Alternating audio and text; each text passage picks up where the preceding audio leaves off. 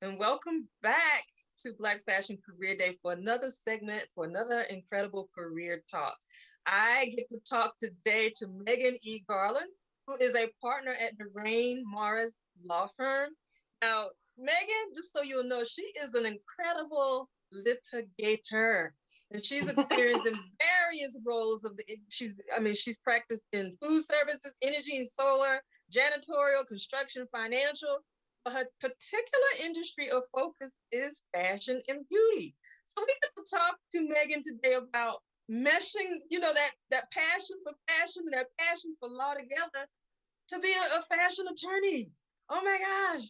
I never would have thought about that. So tell me, tell me, what Yeah, is your why? Why is it so important to you? And why should somebody consider being a fashion attorney? there's so many reasons. One, I love the opportunity to match my profession with something that I'm very passionate about. The other thing is, one of my main goals in my career is to promote diversity, equity, and inclusion. And when you look at the area of fashion and you look at and beauty as well, and who is represented at the top, um, that's not always people of color. It's not always people who look like you and who look like me. And so I get a really cool opportunity to help my clients promote their products and to develop brands and to that cater to women of color, and also develop programming that really helps women of color as well. Of course, I do more than that, but that's one of the things that's my main why. Yeah. And so let's dive into that. What are the skills? I mentioned that you are an incredible litigator. When Megan and I first connected, business is business. You start finding out, as most people have talked about, you need to research people. You need to know who you're talking to. So one of the things Right. I found is that she's an incredible litigator. Talk Thank you. about other skills that a person needs to have to be an attorney. So aside from litigation skills, and by the way, there are so many ways to practice law, right? So people practice law with no litigation skill at all because they don't need to litigate for what they do.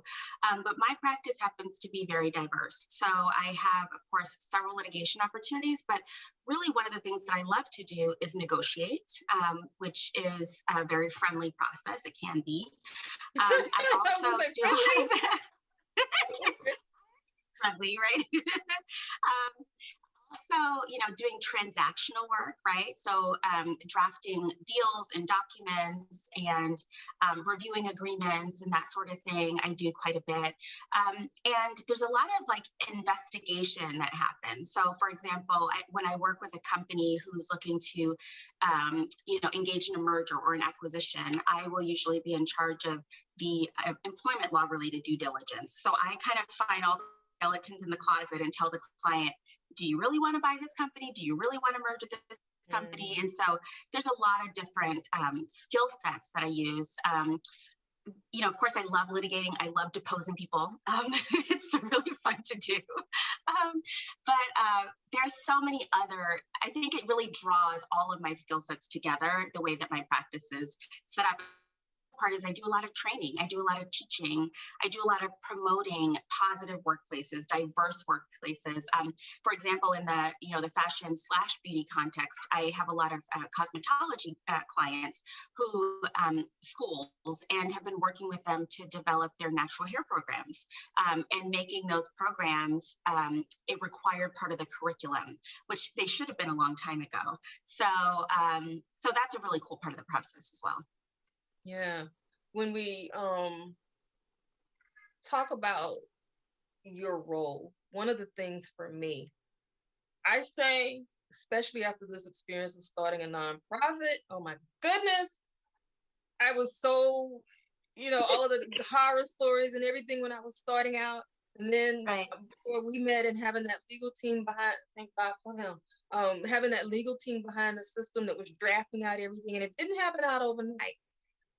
So I say, definitely because of that experience, that having an attorney is the first person you really need to consult with when you're starting a business. If you're thinking the entrepreneurial track, talk about the value that you bring to your clients. I think I like to think that there's a lot of value that I bring to my clients. I like to think that I bring just as much good news as I bring news of, things that might need to change. But I think the best value add is the rapport and the trust that my clients have in me, because they know that no matter what the circumstance is, I'm going to tell them the truth. Right? I'm going to tell them when things are going well, and I'm going to tell them when they might need to make some adjustments. And also, I think that I bring my creativity to my practice as well. And so lawyers often get a bad rap for always saying no. And I try not to do that. I try to find ways to say yes creatively. Yeah. And that's the beauty of it. Oh, look. Hi. Hi, cutie. Sorry, it's a Saturday and I'm working from home, and this is my number one fashionista. So you do not have to apologize. This is the virtual world we're in. This is COVID. Hi there. Say hi. Hi, everybody. Sam Felicity Rose. Hi. Oh, so cute. So cute. Thank you. Oh, does she draw? Do you think she's going to, you said fashionista, so she likes fashion. She does. She does. We have this thing when we go shopping for shoes and we put them on, she'll say, check it out, check it out, check it out. So this is a good thing. And that was going to be my question. How have you meshed the two industries together?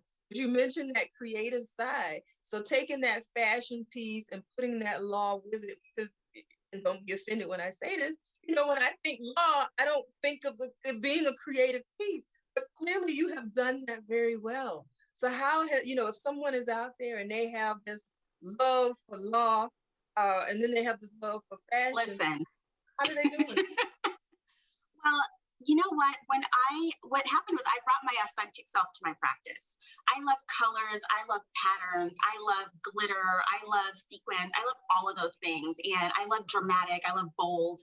And so when I started practicing law, that's who I was. And so I always told myself that I was going to be the peacock feather in the sea of black and gray suits. So that's what I was. So I brought my bright colors. I was always very professional and appropriate, but that doesn't mean that you can't incorporate color and personality. And so that is kind of a visual, but in the same way, I brought similar creativity to my actual substantive work, which means that by all of my skills and things that I've done, those things inform, my viewpoint on how I approach my cases. So.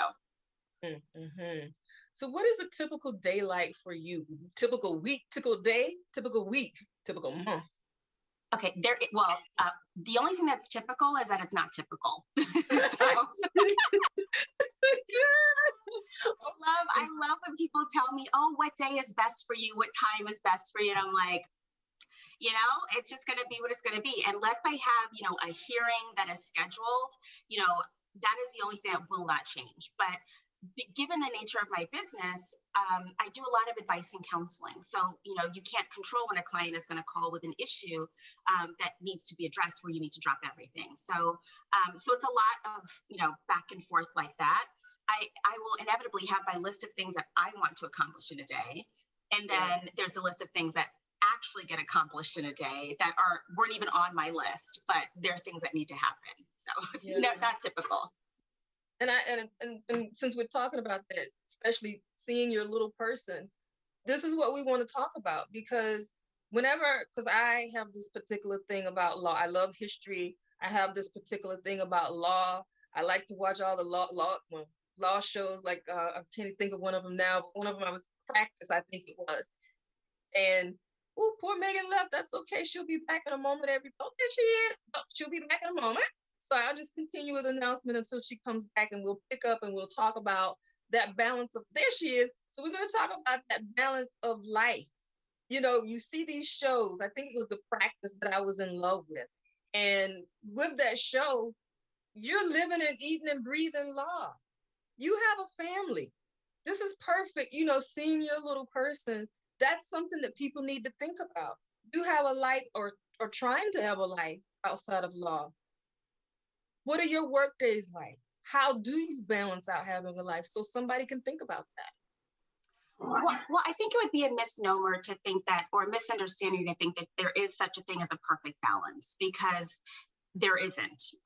But what I do try to do, my mother told me something a long time ago that I think is very apropos, that especially when there are children, it's the quality of time, not always the quantity of time. And I try to use that approach in all situations. So especially now during the pandemic, life and work are very much connected. They're very much interwoven. And so as you saw here, my daughter parachuted in on our interview and then decided to go paint her face with lipstick and shut up again. So that's kind of, my clients now know her because when she's home, she makes a debut. And it's just, it is, you have to be flexible. I think that's the thing. You have to be flexible and kind of, fit your children in, fit your parenting in, and all that. So what I find is that I will, try to get as much work as I can done early in the morning through the workday, and then I'll usually have a stop to do, bath time, bedtime, story time, all of that, dinner time, and then I'll start back up again after they go to bed. So for me, that's what I have found works, but it's just finding what works for you and finding the little pockets to slip in time here and there. But there never will be a perfect balance. Another thing that I've learned to do is outsource things, right? Like there are things that I need to outsource. Like I, recently hired a personal chef. I can't cook all the time. I'd love to cook, but I can't do that. I, need somebody to do, my dry cleaning, and I just can't do all of those things. So I outsource everything except, the lovey moments with my children and actual, parenting stuff. And so, and that's how it has to be. Yeah. And when I think about this type of a career, because we have an audience of students and career changers, and all things can be done, but someone who might be taking on a career change into law, what are suggestions you would have for them? I would say go for it. First of all, the law needs more people like us, right? And it doesn't matter what type of area you practice, whether you practice in civil law like I do, corporate law like I do, or whether you practice in criminal law, whether that's defense or prosecution. We need us on all sides of every single situation, around every single table. And one of the things that I love that Ruth Bader Ginsburg said, the late justice, is that women, which, speaking to women, need to be in all places where decisions are being made. And I think that is absolutely true. And I would say the same thing for women of color, for people of color. We need to be in all places where decisions are made. So I would say definitely go for it because the law needs you. And also don't let people box you into a specific area. There are so many areas that you can practice in. And one of the things that I talked about yesterday in the seminar is that, yes, fashion law is a thing. And here are all of the different ways that it applies. And so that's something I wanted to do. So I sought it out, right? And so I think that everyone should and try to do the same thing. This is good. How has, because fashion law is a thing, is needed. We've seen a lot of industries that have been majorly impacted with COVID. But I would think that law might not be one of those. How has COVID impacted law, your practice? It has impacted it quite a bit. So for me, I've been very, very, very busy during the entire pandemic because I work with a lot of companies who have workforces, who have clients, who have employees. And so there have been a lot of new requirements that have gone into place that we need to, advise clients on in terms of how to social distance, how not to discriminate, how not to retaliate or do things that people might consider to be retaliation when they're trying to navigate this new normal, right? So a lot of corporations have really called upon us to help them figure out this new landscape. But it really has impacted every profession, the law included, because at the end of the day, we are a business. And so businesses have had to find new ways to adjust and new ways to adapt. And I have to ask one question since we're talking COVID. Not to get too in depth with it, but are we going to see, do you think, or let me rephrase this. Are there discussions about the requirements in the workplace for the vaccine? Yes, there are. And really, so where the law stands on that right now, both the EEOC, which is on the federal level, as well as various local state agencies. So for example, here in California, the Department of Fair Employment and Housing have made a determination that employers can require their employees to get the vaccine. And they can require them to share with them proof that they received the vaccine. Now, what employers cannot do is they cannot, if an employee says, I don't want to get the vaccine because it is against my religious practice, or I don't want to get the vaccine because it is something that will negatively affect a disability that I have, right? So there are certain protected reasons that an employer cannot then force an employee to get over to take the vaccine. They have to accommodate those characteristics just like they would in any other situation. So again, the law is going to be the law, but there are always ways to navigate it, and that's where we come in, right? To help our corporate clients do the right thing, right? Recognize when you have a client or an employee, excuse me, who has a reason that's legitimate. You know, don't discipline them because of that. But to be honest with you, a lot of what I'm seeing anyway are that employers aren't mandating it if they don't have to. A lot of employers are saying, you know, come back when you feel comfortable, or, you know, volunteer to come back to work even. And so they're trying to be flexible with their employees, which I really appreciate. I don't think that they get enough credit for doing that. Yeah. And in listening to you, one of the skills that I pulled out I'm hearing is, this is my terminology for it, that craftiness, that knowing that can the go one language, of two ways. you know, that language, being able to pick apart that language and figure out the loopholes. How does somebody develop that skill? And how does somebody develop that skill of negotiating? And you know, what are some things people need to do to develop those skills? So I think some of it can absolutely be developed, right? I think that there are lots of professional development opportunities. So if you're interested in going to law school, there are certainly classes that you can take on trial advocacy and negotiating and things like that, and learn some of the nuts and bolts. And then I think that there's some of it that just comes from your natural personality, right? Not that that's required, right? But in some cases it comes from your natural personality. And I had concluded, I think by the age of 5, that I was going to be, actually others had concluded for me or forecasted on my behalf that I was going to be a lawyer by the age of 5. And I see it in my children. You know, one who's 8 and the other is 3. They have that, where my husband and I get deposed all the time, right? The way that they ask questions, you know, they ask questions that set you up for what they ultimately intend to attack later, right? So they set you up for the vulnerability so that they can attack that later. And so they've learned that, honestly.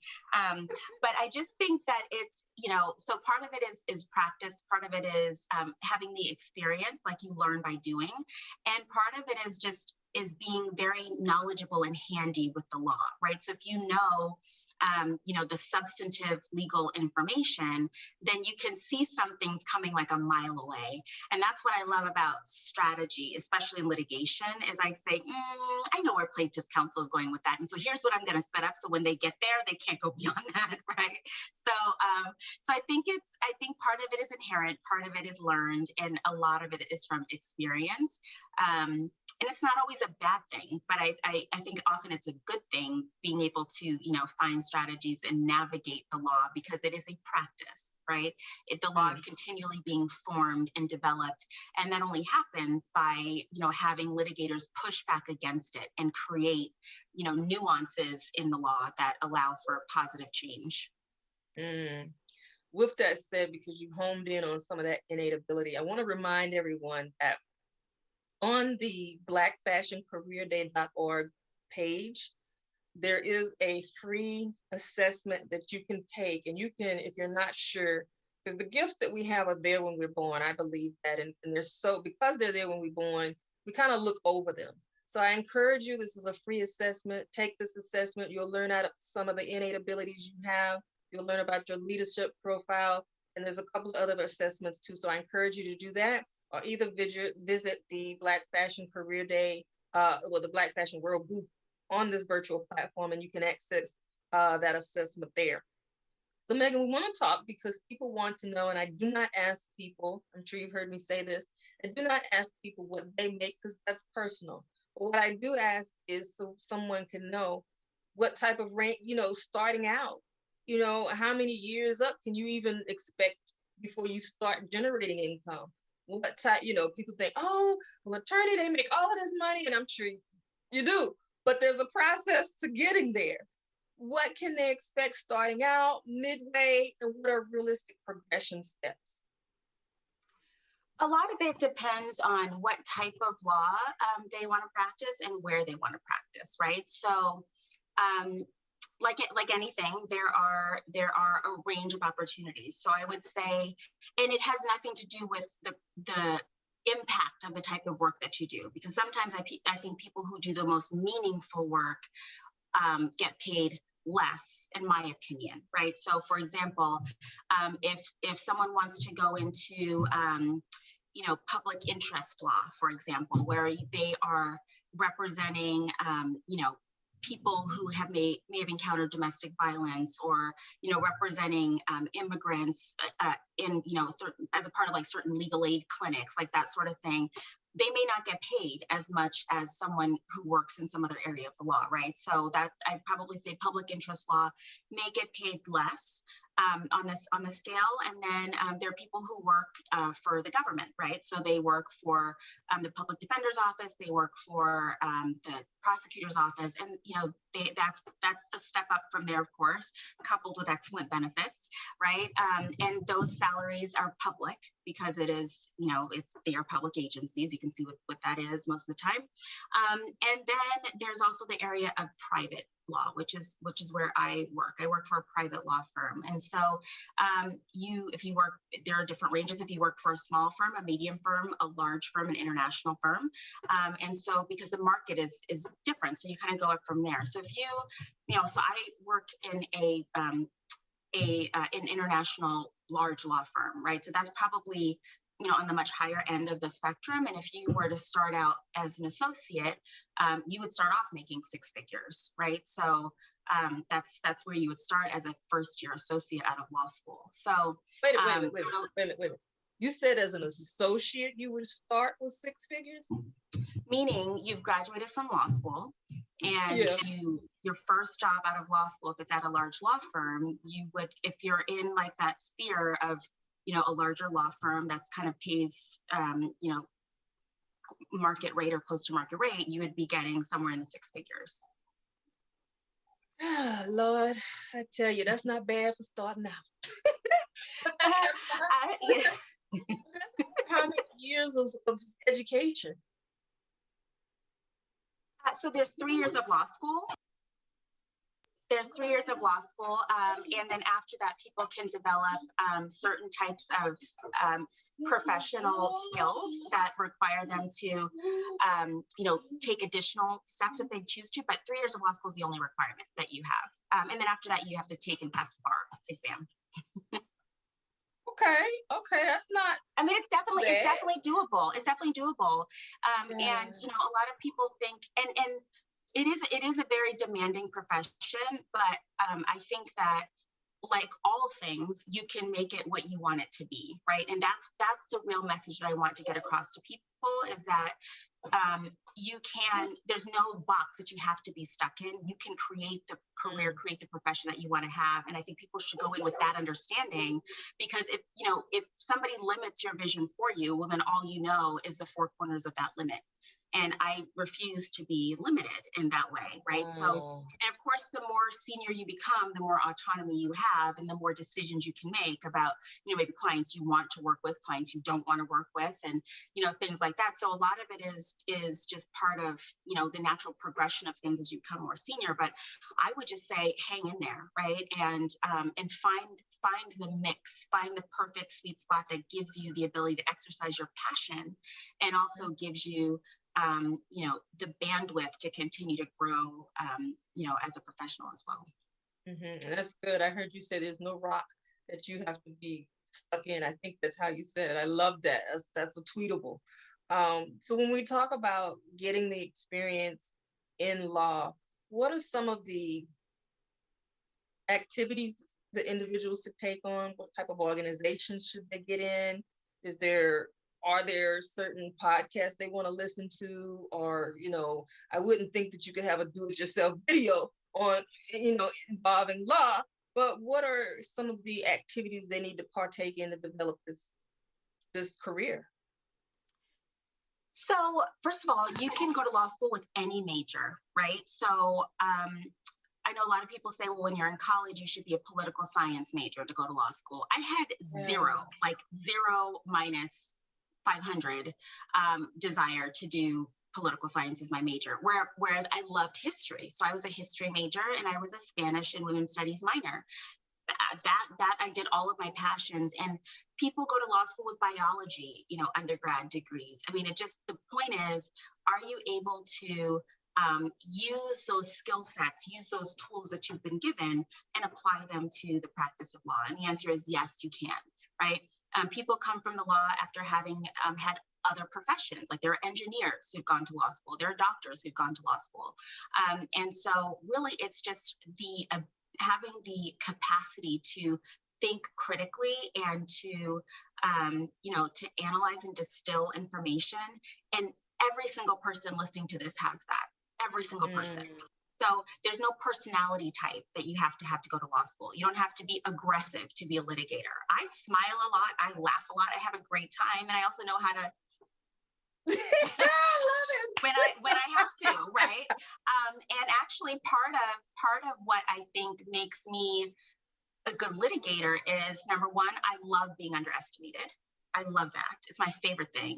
And also I'm very kind of unassuming because I like to make conversations with people. I'm generally a happy person. And so I think people expect in a deposition that, we're just like having a chit chat. And they don't realize that I'm extracting from them the admissions that I need to make my case. Like I'll give you an example. I took a deposition of a woman probably about 2 years ago now. And this was a witness that was adverse to my case. So I was taking the deposition to kind of get her to destroy her credibility. And so, which was necessary. And so I did that. I mean, and she was not any the wiser. And in fact, I had to fly into town, I had to fly into Texas to take her deposition. And when the deposition was over, she asked if she could give me a ride to the airport. So, I mean, you don't have to be mean, you don't have to be nasty, you can be who you are and still get the results that you ultimately need to get for your client. I love it. Oh my gosh, I love it. Look at her. Oh, this is hilarious, and I thank you for the transparency because listen, this is life. This is what you get. This is life. I'm sorry. Loving it. That's all right. Look, this is the world we're in. What do you say? What are some of the benefits and rewards? What are some of the benefits and the rewards to you as an attorney? I would say that the benefits are tremendous because I believe in my clients, right? I don't take on clients who I have a moral conflict with or who I just, I don't take on clients who I feel will, impact my day-to-day in a negative way. Like if I get an icky feeling about what you're doing and I just don't feel like I can support that, well, I'm not going to, there are plenty of other lawyers out there. I don't need to be the one. So for me, I derive joy from how I am able to structure my practice, right? And then I also think that, being able to have a different experience every single day, right? Like there's no day that's like the prior day. And plus the type of law that I practice is so juicy. It's so juicy. Like you could never, I'm like, what?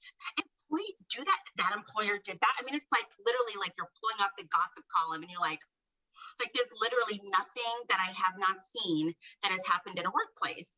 I mean, because if you think about it, like the workplace is like the great equalizer, right? Just like the DMV, like everybody, goes to work and they bring their authentic selves, they bring who they are to work. And sometimes, they have a different upbringing, they have a different understanding about what's acceptable, what's not acceptable in the workplace, and then that plays out. And so then you just kind of see what that mashup looks like. So it's never a dull moment for me, and I really like that. So what's one story you can share? What's one juicy story?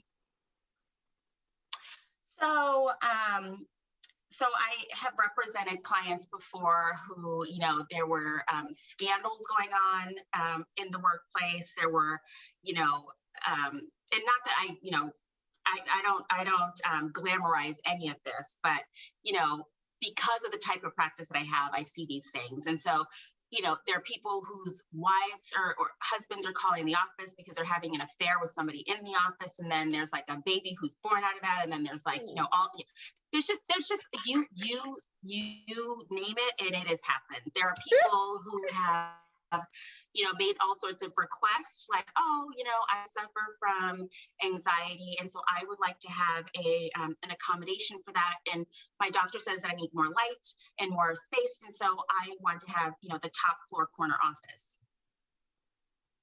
Okay, that's not a reasonable accommodation. Like that's not something, no, we're not giving you that. However, you can, there's a lamp or you can have a window,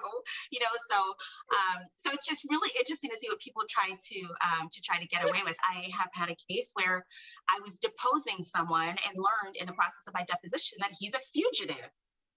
That wasn't even, I'm dead serious. And I was like, oh, so let's talk about that. Like, I kind of went down that whole avenue of like, let's talk about that. I've also had kind of like those Perry Mason moments where someone was claiming that, she wanted to get all this reimbursement from my client for, missed meal breaks and rest breaks and overtime that she was never entitled to. And so she was supposed to be out on workers' comp leave. And so this was kind of as an aside. It wasn't relevant to my specific case, but it was very important for purposes of credibility. So I was able to show a video of her doing all the things, like lifting all the things and, picking up her grandchild and going to the laundry and like carrying, these big heavy. And so it was helpful to show that she was not honest in that situation.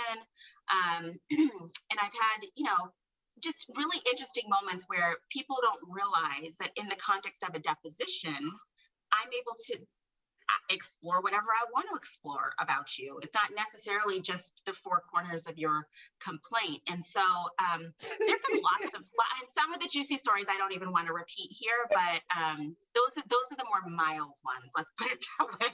Oh my gosh, this is entertaining. Oh my gosh. It is entertaining all the time. Megan, can I sign an NDA for like a week just to come behind the scenes and watch? I wish you could.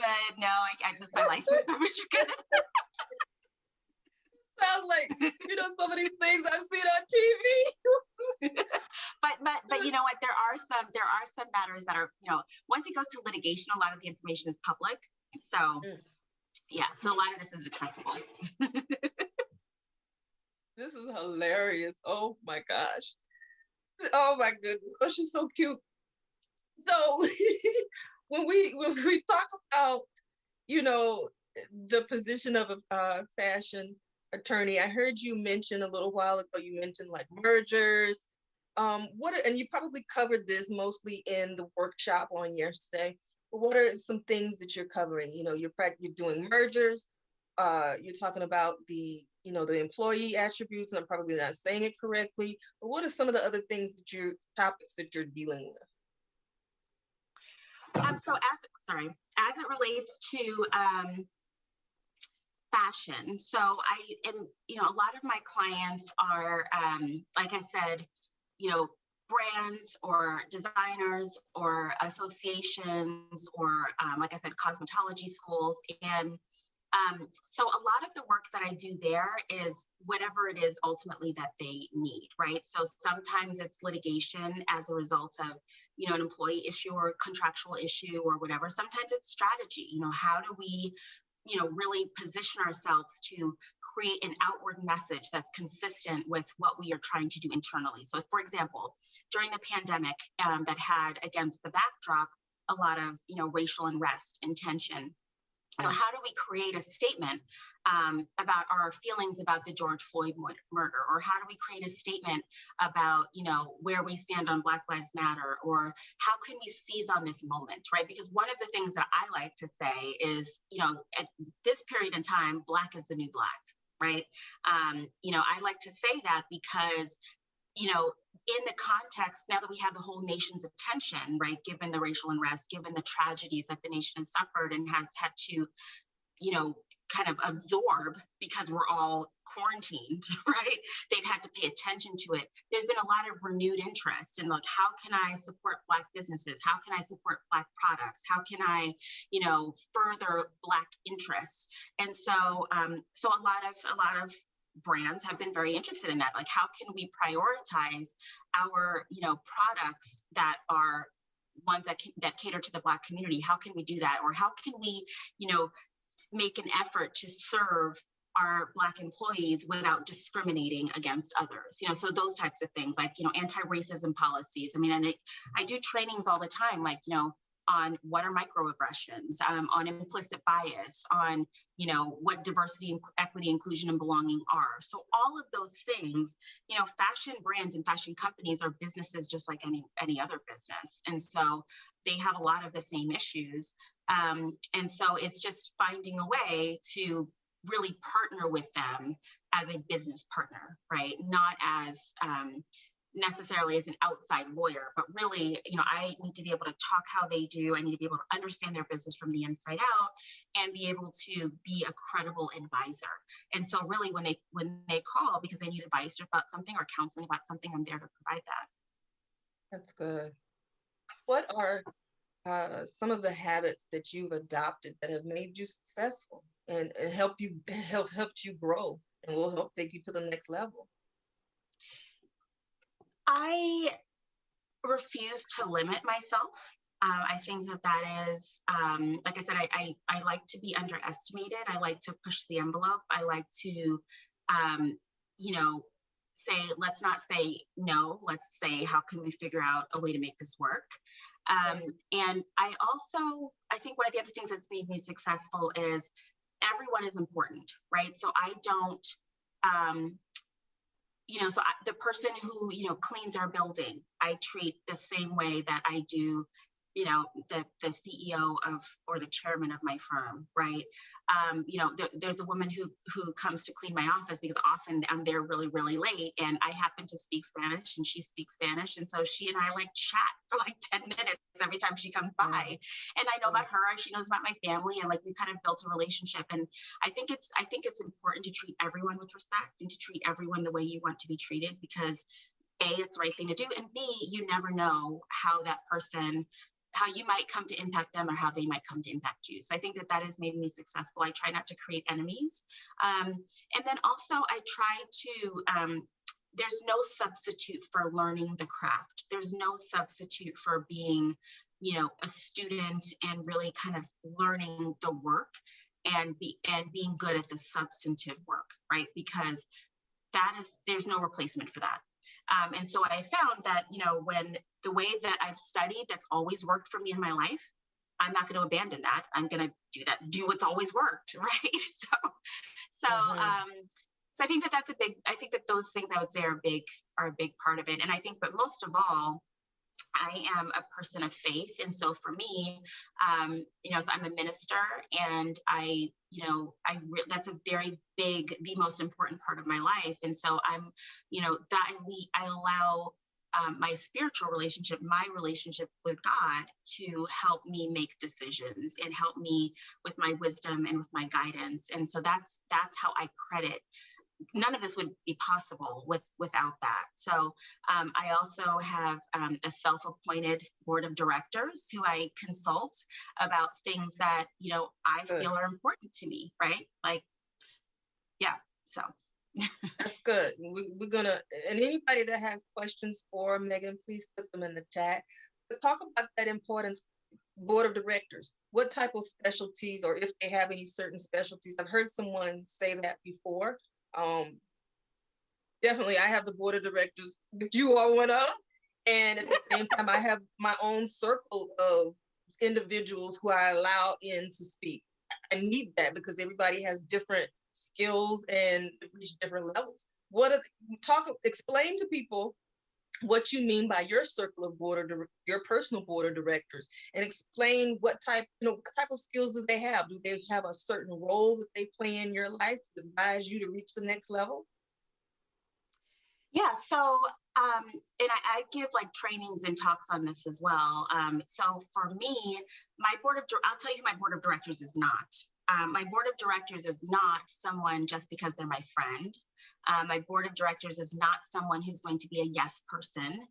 Yes. My board of directors is, comprised of people who will, who I can be open and honest with and really say what's going on in my life, what, the crossroads that I might be at in my career, my personal, my professional life. And I can trust them to say, whether they agree with that or disagree with that and why, right? They are problem solvers. They are, armed with solutions. They are people who I trust implicitly to keep my confidence. And so I view it as, I'm in the business of Megan Inc., right? Like this is my life is my business. And my life does not just encompass my professional career. My life encompasses my family. I have a husband and 2 children. I have, parents, I have siblings. I have, ministry endeavors. I have other personal endeavors. So it encompasses all of those things. And so that board keeps me accountable, keeps me honest, and will push back, right? And they'll say, "Hey, you're doing great," or say, "Girl, I don't like that. Let's figure that out because what you did right there is not correct," right? And so and then I think the other thing is that boards rotate also. So I don't always have the same people on the board. Now there are people who have been on the board since its inception, who will always be there. My parents are on the board, not just because they're my parents, but because they are generally correct. And I like that. And I know that they have my best interest. My husband is on my board. I have very few people on my board who are lawyers, right? Because I'm not putting them on my board because of, they practice in the same area as I do. I do have 2 people on my board who are lawyers, but the rest have, other contributions to make. And so I'm very selective about that. But what I do not want is someone who's just willing to be a yes person, or someone who's just inclined to say no because they want to say no. I really need that perfect mix of a person who's willing to be honest. Right. So we're going to wrap up. Got about 10 minutes. Well, less than 10 minutes now. Question. Gone by so quickly. And I know an hour can fly. Yeah. And then, is there a certain time of year that a lawyer will set aside to do pro bono work? What does that process look like? I guess, what does the process of securing the pro bono work? I do pro bono work year round. My firm has a fantastic pro bono program. So we actually have a program where we have a bunch of pro bono opportunities that we can choose from. So whether it's working on matters for the Innocence Project or working on matters for people who are, detained at the border, or whether it's, child victim case or abuse cases, or whatever it is. I mean, I brought in some of my own pro bono clients as well. So I do pro bono year round, and it's something that my firm encourages for sure. And so there's no particular time that has to be set aside for it. But I've helped people secure their, green cards to be in the U.S. I've helped, a whole group of people doing various things over my career. So it's definitely a big part of my life because I really enjoy giving back. And I think that it would be a shame to have a skill set as a lawyer and not share those services or limit those services to only those who can afford them. So I'm going to answer this question. Yes, you need a degree. Yes, she mentioned that there's the potential for you starting out with six figures after, that degree in the law, passing the test. What made you passionate about this field? So there are a couple. So first, actually, I wanted to be an international human rights lawyer. That's where I started. And so when I applied to law school, I chose Boston College Law School, which is where I attended, because there's a program that it has in your third year, your final year of law school, where if you're chosen, you could go and intern for the UN, at the International Criminal Tribunal for the former Yugoslavia.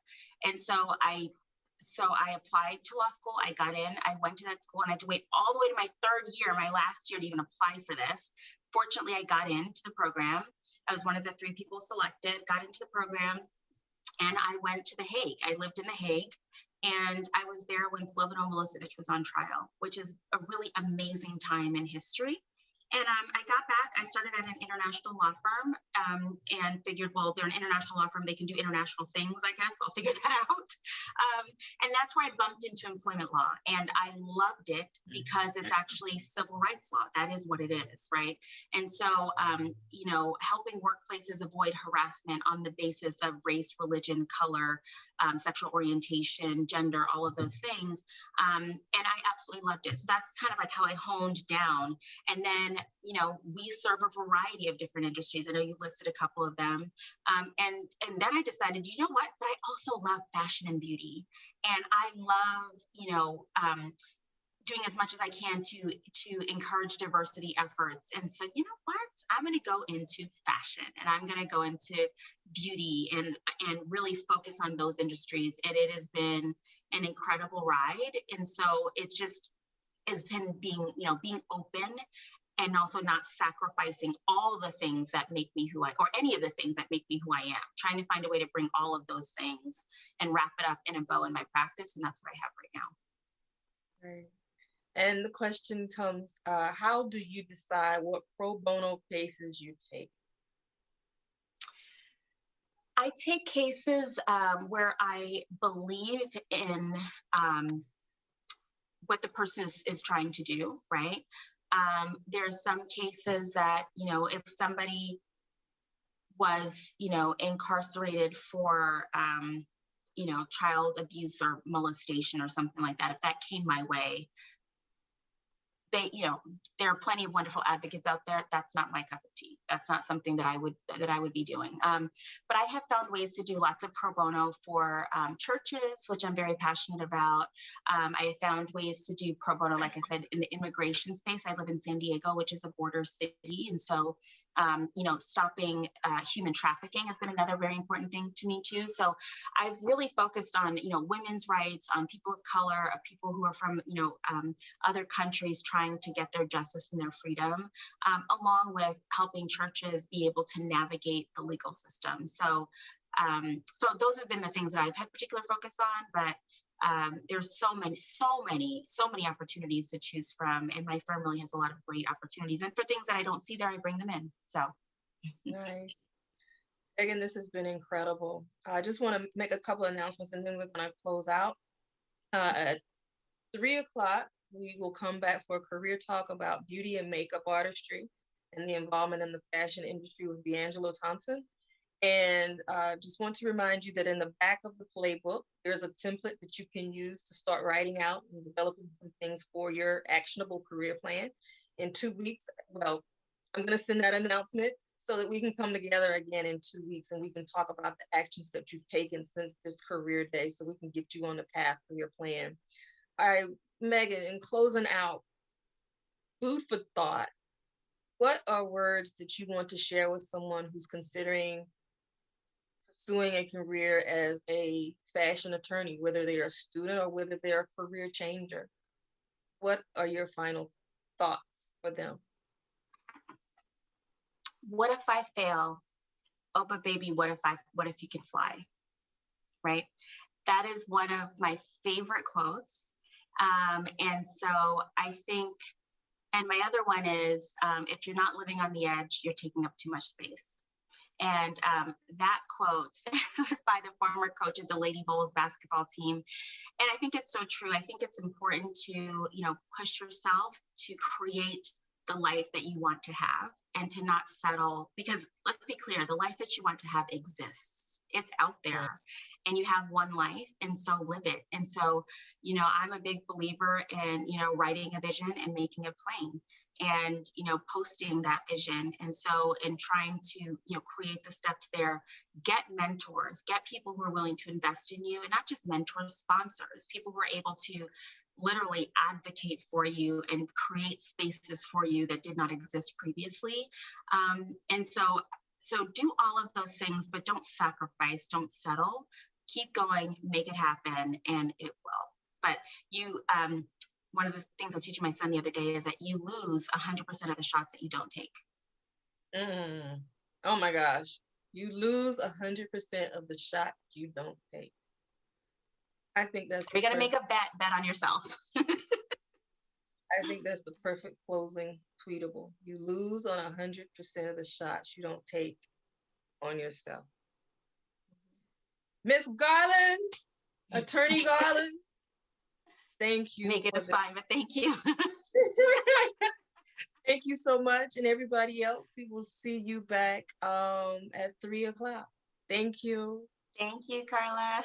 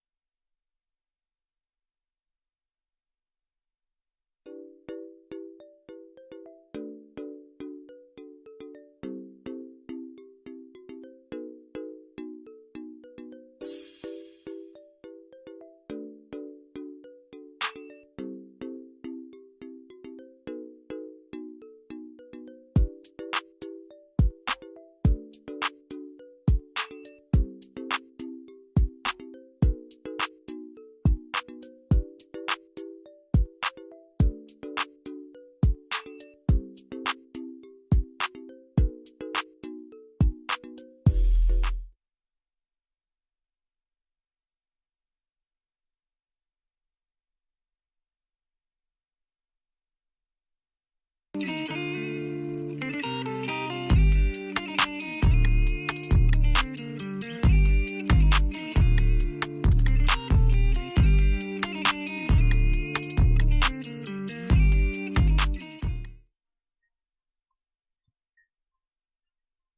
you believe that